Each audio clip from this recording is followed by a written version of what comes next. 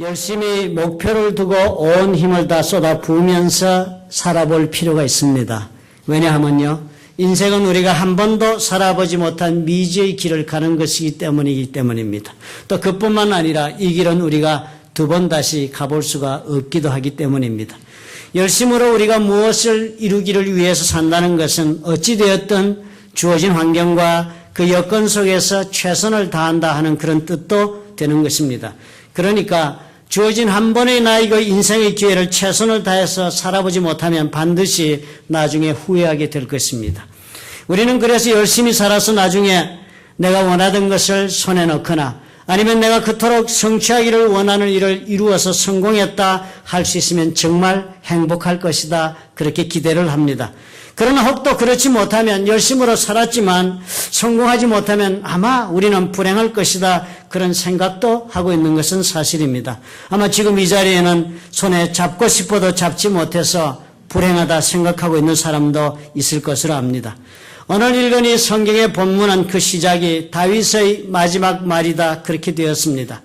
어린 소년으로부터 시작해서 이제는 온 세월이 지나서 마지막 말을 할 수 있는 그 나이까지 그렇게 진전이 되었나 봅니다. 이 사람이 다윗이 살아온 이 한평생은 가만히 우리가 돌이켜보면 한 가지 분명한 것은 참 열심히도 이 사람은 살았다 하는 것을 우리는 기억합니다. 우리 이민 1세들도 미국 와서 그렇게 사신 것 같아요. 골리앗 잡을 때도 이 다윗이 그랬지만 광야에서 도망 다닐 때도 소망이 잃지 않고 그렇게 희망 가운데 다녔고, 또 자기를 찾아온 많은 사람들과 더불어서 나중에는 블레셋의 시글락에게까지 망명체를 구할 때도 그랬고, 왕이 되었어도 열심으로 주의 나라들을 정복하고 하면서 최선을 다하면서 살았던 사람이었습니다. 그러면서 다윗은 본인이 상상하지 못했던 자리까지 올라갔습니다. 기대하지 못했던 성공의 자리까지 다윗이 올라갑니다. 그러나 또 그럼에도 불구하고 그는 또한 밑바닥까지 굴러 떨어져서 고통을 당해보기도 한 사람이었습니다. 산이 높으면 높을수록 계곡도 깊다는 말처럼 더욱 높이 성공의 자리에 올라간 사람일수록 떨어지는 그 실패의 바닥도 깊은 것입니다. 그 위에 더해서 다윗은 스스로의 죄악의 고통도 경험했습니다. 간음죄, 살인죄까지, 그리고 언급하지 않은 많은 불의의 죄도 많았을 것입니다. 시글락의 피신에 있는 동안에는 우리도 알지만 살육도 그리고 거짓도 많았던 삶을 살았습니다. 그 중에서 이 살인의 죄가 주는 중압감이 과연 그에게 어떠했겠습니까? 아마 상상하기가 어려울 것입니다. 다시는 돌이킬 수 없는 그런 죄를 저질렀으니까요. 다윗은 이런 우여곡절을 겪으면서 자신의 인생을 다 사는 것입니다. 이 사람은 인생의 위험도 알고 있고, 그리고 또 이 사람은 실패의 그 두려움도 알았던 사람입니다. 그리고 또 실패한 다음에 외로움도 겪었던 사람이요, 또 뜻하지 않게 죄를 짓고 그 죄로 인한 고통도 극심하게 겪어본 사람입니다. 그러므로 이 사람의 말은 보통의 사람들과 다를 수가 있습니다. 그런 사람이 이제 마지막 말을 하는데 그 말을 가만히 우리가 음미해 보면 그래서인지 우리의 삶의, 우리의 자세에 대한 많은 대답을 주고 있는 것입니다. 좀 더 좁혀서 이야기를 하자면 열심히 살면서 성공을 추구하고 있는 모든 사람들에게, 아니면 성공을 추구해왔던 모든 사람들에게 다윗이 주는 해답이 있습니다. 젊어서야 이런 다윗의 말처럼 인생의 마지막 말이라 하는 것에 대해 우리가 별로 관심을 가지기가 어렵습니다. 그러나 한 가지로 우리가 젊었거나 늙었거나 내가 원하는 목표가 있어서 그 목표를 향해서 내가 열심을 다해 내가 살아왔지만 아직 내 손에 그것을 잡지 못했다, 그래서 내가 불행하다 하는 그런 생각이 드는 사람이 있다면 오늘 이 다윗의 말씀을 깊이 음미해 볼 필요가 있습니다. 앞으로 남은 기간 동안이라도 마음의 평강을 얻어서 행복한 삶을 이룰 수 있는 그 방법과 지혜가 들어있기 때문입니다. 첫째로 다윗은 과연 하나님은 변함이 없으시다 고백했다는 사실을 우리가 주목해야 합니다. 그걸 누가 모르겠어, 이렇게 말하지 마시기 바랍니다. 우리가 그런 말을 늘 들어서 우리는 알고 사는 것 같지만 사실 매일매일을 우리가 살아가면서 우리가 이것을 모르기 때문에 얼마나 애타하며 살아가는지 모릅니다. 오늘 이런 사무엘하 23장 1절부터 7절을 읽어보면 한 가지 특이한 것은 다윗의 마지막 말이다, 이렇게 하면서 다윗은 자기 자신을 이스라엘의 왕 다윗 이렇게 칭하는 대신에 이새의 아들 다윗이 말하며 이렇게 말을 시작을 한 것입니다. 이새의 아들 다윗이라 하는 말은 애초에 다윗이 소년이었을 적에 골리앗을 만나 물맷돌을 들고 나갔던 그때 처음으로 이 세상에 나와 자신의 삶을 경영할 때 자신의 모습을 본인이 직접 그렇게 표현한 것이 아니었습니까? 그때 이 사건이 사무엘상 17장 52절에 기록될 때 이렇게 기록이 되었습니다. 다윗이 블레셋 사람 골리앗을 향해서 나감을 이 사울이 보고서 군장 아브넬에게 물어봅니다. 아브넬아, 이 소년이 네 아들이냐? 아벨 장군이 사울의 그 질문을 받고 대답을 하기 이렇게 했습니다. 왕이여, 왕의 사심으로 맹세하옵나니 내가 알지 못하나이다. 다윗은 아무도 알지 못했던 숨겨진 소년이었습니다. 사울왕이 그래서 물었습니다. 나는 이 청년이 누구의 아들인가 가서 좀 알아보라고 아브넬에게 지시를 합니다. 이렇게 이야기하는 동안에 다윗은 어느새 골리앗도 잡고서 그 머리를 손에 들고 사울왕 앞에 나타났습니다. 그래서 사울이 직접 물어봅니다. 소년이여, 누구의 아들이뇨? 다윗이 대답하되 나는 주의 종 베들레헴 사람 이새의 아들이니이다. 다윗이 자신을 소개하는데요. 이새의 아들이니다 했던 것입니다. 그 후로 이새의 아들이 다윗이 어떻게 되었습니까? 이스라엘의 장군이 되고 또 사울로 보아서는 역적의 괴수가 되기도 했습니다. 그렇지만 결국은 이 사람 왕이 되었고 그래서 통일왕국을 이루고 보니까 세상은 이제 자기 편이 되어 있었던 것입니다. 하나님께서 자기를 건져주셨고 그리고 높여주셨고 기름부어 왕으로 삼아주셔 어찌되었든 간에 내가 이 자리까지 지금 오게 되었구나 하는 자리가 온 것입니다. 그렇지만 그럼에도 불구하고 다윗은 이제 그런 자신을 부르는데 그렇다고 해서 나 이스라엘의 왕 또는 하나님의 기름 부으신 종 다윗 이렇게 말하지 않았습니다. 그 대신 다윗은 자신을 애초에 인생을 시작할 때 불렀던 그 소박한 호칭대로 이새의 아들 다윗이다 그렇게 표현을 한 것입니다. 자신의 근본, 자신의 삶의 뿌리가 있는 그곳에 자기의 마음이 있음을 표현하는 것입니다. 하나님 때문에 내가 어려운 환경 가운데서 나는 살아왔다. 그리고 그 어려운 길을 내가 걸어서 이제 이 자리까지 와서 왕의 자리에 앉게 되었다는 그 믿음.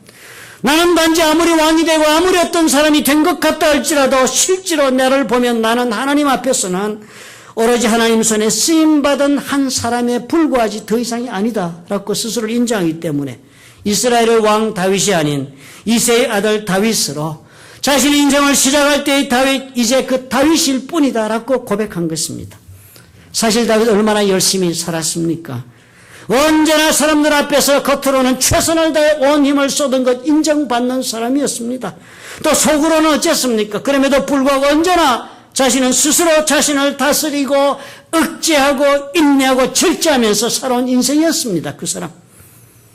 그런데 그렇게 젊은 시절 자신이 이렇게 살아온 것은 하나님의 영, 하나님의 신이 나와 함께해서 이렇게 인도해 주신다고 고백했던 그 다윗이 오늘 이 마지막 말을 하면서 동일하게 고백합니다. 여호와의 신이 나를 빙자하여 말씀하시며 그 말씀이 내 혀에 있도다.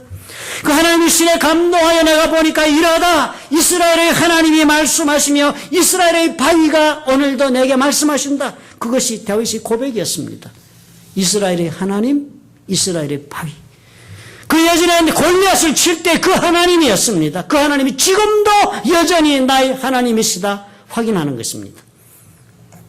다윗은 변화가 무성한 삶을 살았습니다. 세월을 사는 동안 다윗은 무척이도 많이 변화해 왔습니다.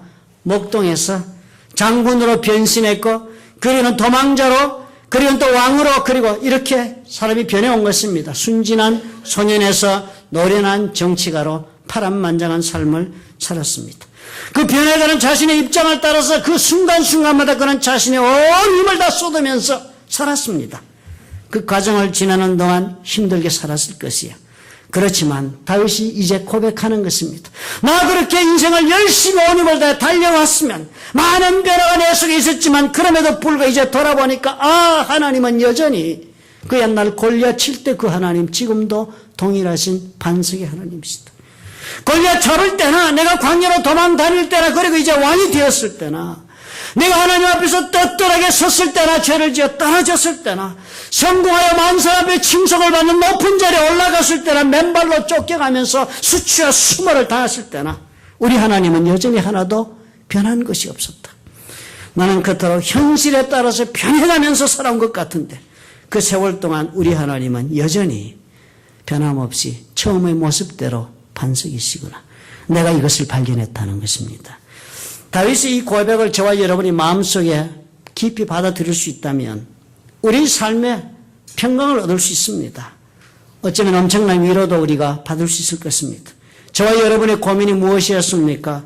변화하는 우리의 삶, 우리의 환경 속에서 우리는 우리의 하나님에 대한 원망, 하나님의 무심한 그 마음에 대한 섭섭함, 나의 죄로 인해 가까이 다가가지 못하는 안타까움, 이런 것들이 아니었습니까?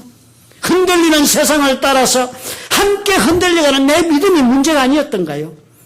오직 믿음으로 구하고 조금 더 의심하지 말라 했지만 우리는 의심하는 자에 따라서 마치 바람에 밀려 요동하는 바다 물결같이 살아왔다는 그 야고보서의 말씀처럼 사는 것이 문제가 아니었습니까?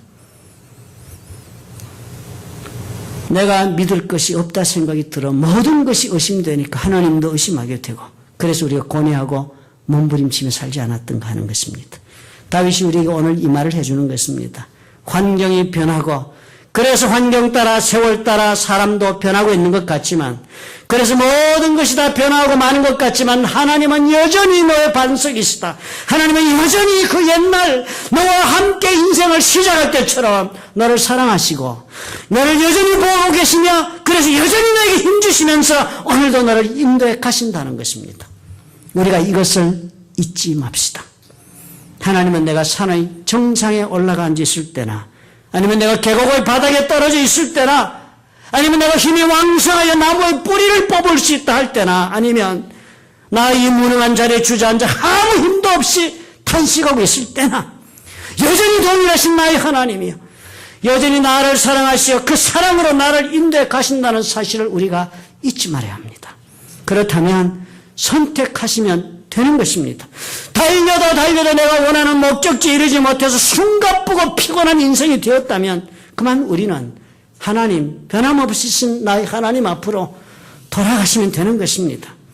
어떤 경우에 나를 바라주는 나의 어머니처럼 그렇게 나를 사랑하기 때문에 조건도 없고 아무 판단도 없이 어떤 입장과 환경 가운데 처한다 할지라도 언제나 내가 가기만 하면 받아주셨던 내 어머니처럼 하나님께서도 우리를 그렇게 받아주신다는 것, 그것을 믿고 하나님께 가면 됩니다. 그 품에서 우리는 다시 우리 가쁜 숨을 몰아쉬고 다시 우리 인생의 호흡도 정비하고, 그래서 다시 새로운 힘을 얻어 일어설 수가 있다는 것입니다. 예수께서 그런 까닭에 모든 인생들을 향해서 손을 매시면서 말씀하셨던 것입니다. 수고하고 무거운 짐진 자들아 다 내게로 오라, 내가 너희를 쉬게 하리라. 하나님의 품은 넓고 넉넉해서 그런 것입니다. 하나님 품은 넓고 넉넉하고 반석 같으셔서 어떠한 죄인도 어떠한 실패자도 능히 그 가슴에 받아주시면서 쉴만한 공간을 제공하실 수가 있다는 것입니다. 다윗도 하나님 앞에서 나는 이새의 아들일 뿐이다 그렇게 고백했다면 저와 여러분, 세상에서 우리가 성공했든 실패했든, 그래서 우리가 어떤 평가를 받고 어떤 대접을 사람들로 받고, 그래서 내 스스로 내가 어떤 사람이 되어 있다라고 자각하고 있는지는 몰라도 하나님 앞에서 우리는 그저 한 영혼일 따름입니다. 하나님 앞에서 우리는 그저 십자가에 죽으신 예수님 덕분에 영원한 생명을 얻은 존재 이상이 아닙니다. 그래서 우리가 하나님 앞에서 하나님을 내 아버지라고 부를 수 있는 한 영혼이 된 것으로 족한 것입니다. 우리가 아무리 성공을 한다 해도 성공을 했다 해서 그 성공의 전리품을 가지고 우리 하나님 앞에 서는 것이 아니고, 아무리 우리가 실패했다고 해서 그 실패의 거적대기를 걸치고 저와 여러분이 하나님 앞에 서는 것 아니고, 아무리 죄를 지었다가 추한 피 묻은 옷을 입은 채 우리가 하나님 앞에 서는 것이 아니니까요. 우리는 그저 예수 믿었다는 것 그 하나 때문에, 그 신앙 하나 때문에 우리 모두가 하나님 앞에 서고 세마포 흰 옷을 입게 되는 것이기 때문입니다. 언젠가 제가 자동차 타고 가면서 번호판에 붙은 글귀를 보고 위로를 받았어요. When everything fails, hug your teddy bear. 아무 말도 아니잖아요. 모든 일이 잘못되어 가거든 당신의 테디베어, 곰 인형을 한번 안아보라. 모든 여력이 우리를 어디로도 데려다 주지 못하고 온 힘이 다 빠져나고 좌절하고 싶다 하는 그런 한계 상황에 이르면 그저 다 내려놓고 그저 가슴에 따뜻하게 곰 인형을 한번 안아보라. 위로가 될 것이다. 그런 뜻이겠지요. 그것처럼 우리 모두도 하나님 품으로 돌아가시면 됩니다. 하나님은 나의 그 예전이나 지금이나 여전히 동일하신 나의 반석, 나의 아버지가 되시기 때문입니다. 그래서 저는 오늘 이렇게 말씀드리고 제 번호판에도 이렇게 쓸까 합니다. When everything fails, hug your God. 모든 것이 어그러지거든 하나님을 한번 안아보십시오. 하나님은 여전히 그 마음 하나도 변하신 것 없이 저와 여러분을 안아주실 것입니다. 우리는 여전히 내가 처음으로 하나님을 알고 그분을 의지하며 출발했던 그때처럼 여전히 동일한 모습으로 그 마음으로 우리 하나님 앞에 설 수가 있다는 것 얼마나 다행스러운 인생 해답입니까? 둘째로 우리는 하나님 품 안에서 다윗을 보니까요. 우리의 무너진 자신감은 반드시 회복될 수 있다는 것입니다. 다윗이 고백을 한번 들어보십시오. 내 집이 하나님 앞에 이 같지 아니하냐.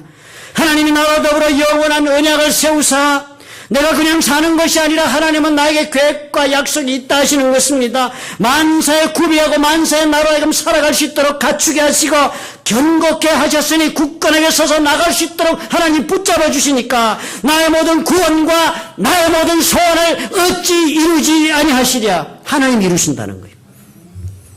사실 지도자에게 있어서 가장 중요한 것은 권위라 할 수 있습니다. 권위가 없으면 지도자의 자리에 있을 수도 없고 있어도 있는 것이 아니지요. 다윗 사람으로서는 사실 왕으로서는 그 권위가 땅바닥에 떨어졌었습니다. 내세우기는 너무나도 부끄러운 일도 당하고 그리고 스스로도 저질렀습니다.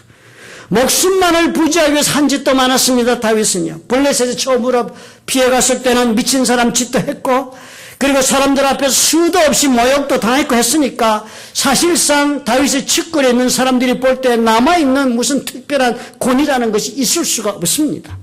그러니까 압살롬 죽었을 때도 요압 장군 다윗 향해서 무서운 독설도 늘어놓습니다. 왕을 향해서도 이제 곧 일어나가서 왕의 신복들을 마음을 위로하여 말씀하옵소서. 요압이 강하게 말할 수 있습니다. 다윗에게 내가 여호와를 가리켜 맹세하옵나니 왕이 만일 나가지 아니하시면 오늘 밤에 한 사람도 왕과 함께 머물지 아니할지라. 그리하면 그 화가 왕이 젊었을 때부터 지금까지 당하신 모든 화보다 더욱 심할 것입니다. 왕 앞에 어떻게 이렇게까지 말할 수 있어요? 신하에 이렇게 휘둘림 당하고 무슨 자존심이 남겠어요? 역 그뿐 아니지 않았습니까?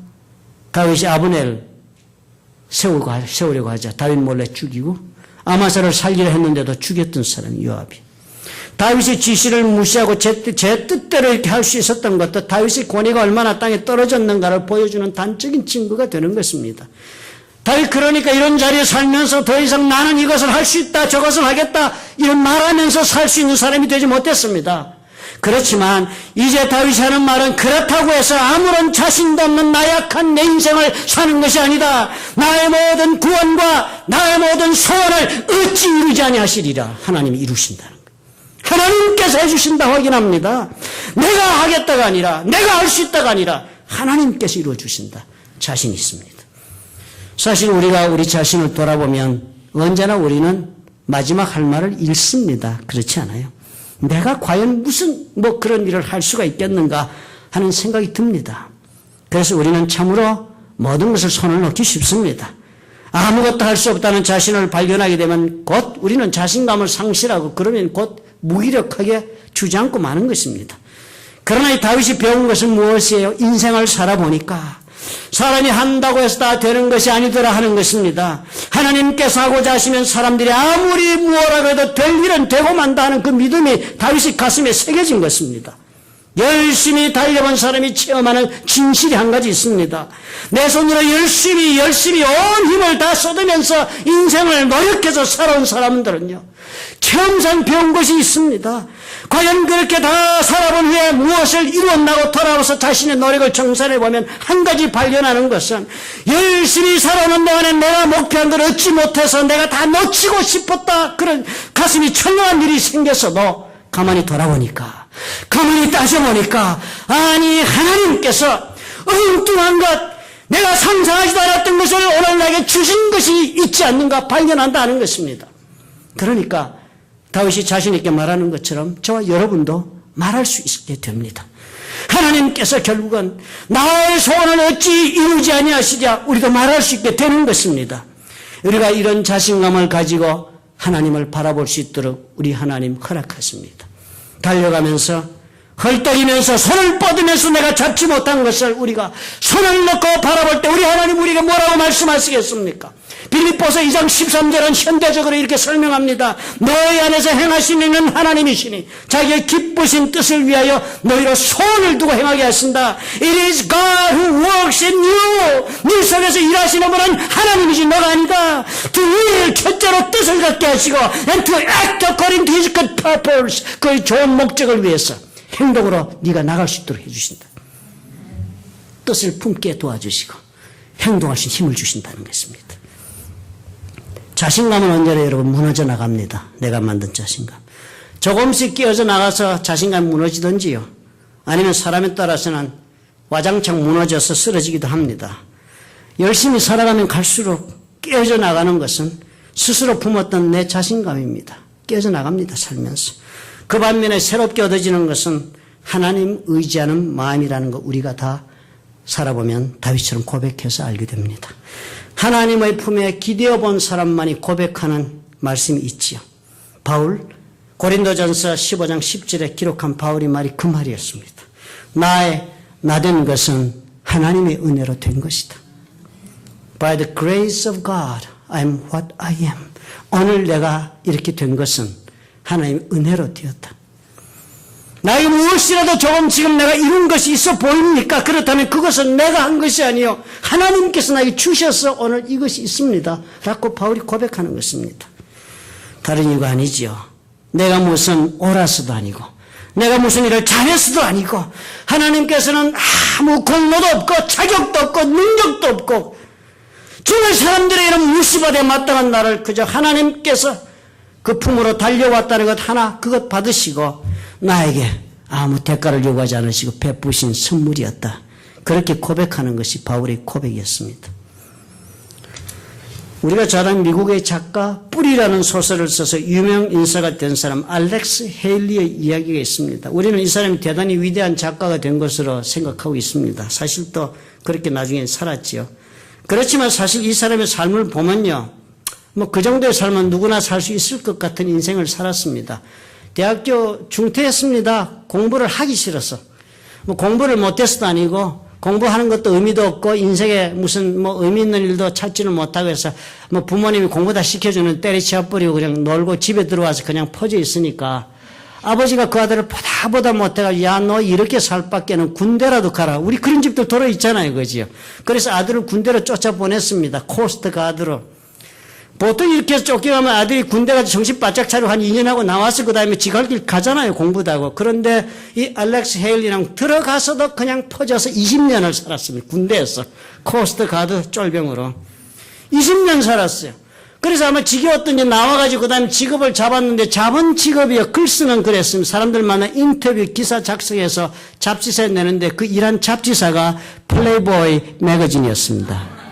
솔직히 플레이보이 매거진 제가 내용을 잘 검토를 안 해서 자신있게 말할 수는 없습니다만은 플레이보이 매거진에는 아무리 훌륭한 기사를 썼더라도 책 자체가 그것입니다. 그죠? 그리고 거기서 이랬으니까 아무리 위대한 인터뷰 기사를 많이 썼는지는 몰라도 그 대단한 건 내세울 만한 일이 못 됩니다. 어디서 일하세요? 플레이보이 매거진이요. 조금 달라지는 대답이 될 수 있는 인생을 산 사람이 알렉스 헤일리였습니다.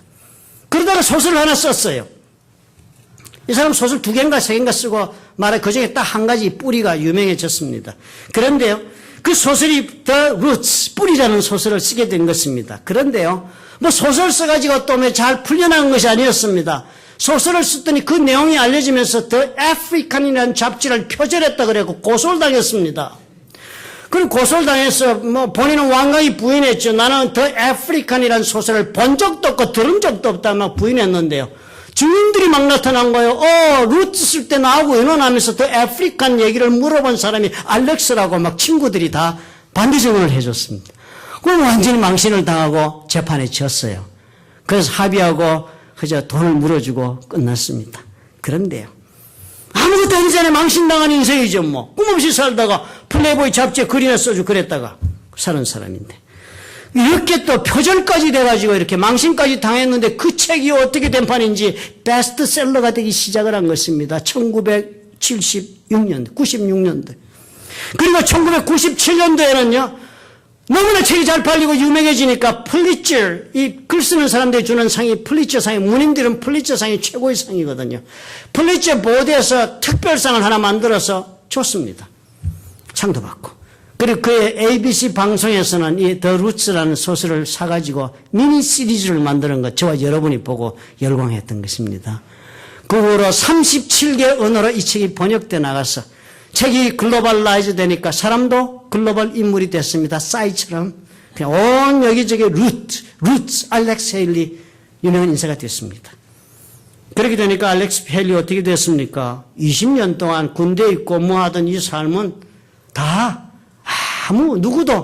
누구도 알지 못하는 사람, 누구도 관심 없는 사람, 오직 유명한 작가 알렉스 헤일리만 알게 되고 수많은 사람들이 그가 은퇴해 살고 있는 시애틀 워싱턴으로 줄을 이어서 방문을 왔습니다. 훌륭한 사람, 위대한 작가를 한 번만이라도 보고 싶어 하면서. 그런데요, 이 사람이 서재 그림을 한 장 붙여놨다 하는 것 아닙니까? 자기 책상 옆에. 다른 그림이 아니었습니다. 기둥 위에 앉아있는 거북이 그림을 그렸고 붙여놨습니다. 그 기자가 물어봤다고 그러잖아요. 이 그림이 도대체 무슨 뜻이냐고. 알렉스 헤일리 그랬다잖아요. 이 거북이는 결코 이 문기둥이 혼자는 못 올라오잖아요. 이 거북이 모습 보면서 나는 내 인생이 바로 이러하다. 내가 오늘 이 자리에 있는 것은 내가 내 힘으로 온 것이 아니라 누군가가 나를 이 자리에 올려주었다는 거, 그거 안 잊어버리려고. 그거 안 잊어버리고 오늘 살렸고, 그게 나니까 이세의 아들인 것 잊어버리지 않으려고 붙여놓았다는 것입니다. 저와 여러분에게도 이런 그림 한 장이 필요합니다. 아무것도 아닌 나를 끝없이 증거해주는 그림 한 장. 내 인생에 가장 무기력하고 불가능해 보이는 지점에 처했을 때 나의 그 모습의 그 그림 한 장, 그 그림 한 장 필요합니다. 그 그림 걸어놓고 우리도 말할 수 있을 것이기 때문입니다. 오늘 나 된 것은 하나님의 은혜 때문이라. 나 홀로 달려가던 인생길에서 더 이상 우리가 갈 수 없는 데까지 갔을 때, 내가 마지막 달려가 안겨 있을 수 있었던 그 하나님의 품 속에서 내가 자신감을 회복하고 다시 일어났다. 내 인생이 하나님 앞에 이같이 이루어지지 아니하였느냐? 하나님이 나로 더불어 인생을 걸어와 주었고 나와 영원한 언약을 세우사 걷게 하셨고 그런 길 가운데 만사의 나로 구비하게 만드시면서 견고하게 서게 해주셨다. 그래서 나의 구원 이루어 주시고, 그런 하나님이 오늘 나의 모든 소원을 어찌하니 이루어 주시겠는가, 그렇게 고백할 수 있게 해주시는 것입니다. 하나님의 품은 넉넉합니다. 모든 세상의 의인들이 다 차지해버린 것 같은 그런 하나님의 품이지만 그 하나님의 품은 모자라는 저와 나 같은 사람도 들어갈 수 있을 만큼 넉넉합니다. 부족하여 실수가 많고 실족하고 자격이 없는 나 같은 사람이라 할지라도 들어가서 한없이 기대할 수 있는 넓은 품, 은혜의 품이라는 걸 여러분 우리 잊지 맙시다. 오늘까지 살아면서 온 힘을 다해 달려왔습니까? 그런데도 아직 잡은 것이 없습니까? 어떻게 하시렵니까? 대안이 없어서 마음을 졸이십니까? 하나님께로 나아가 그의 넓은 품에 기대 보십시오. 하나님은 변함이 없으시고 그리고 여전히 변함없으실 것이며 또한 그 속에서 다시 자신감을 회복하도록 저와 여러분 모두를 도와주시고 역사하실 것입니다. 믿으시면 아멘 하십시다. 믿으시는 줄 압니다.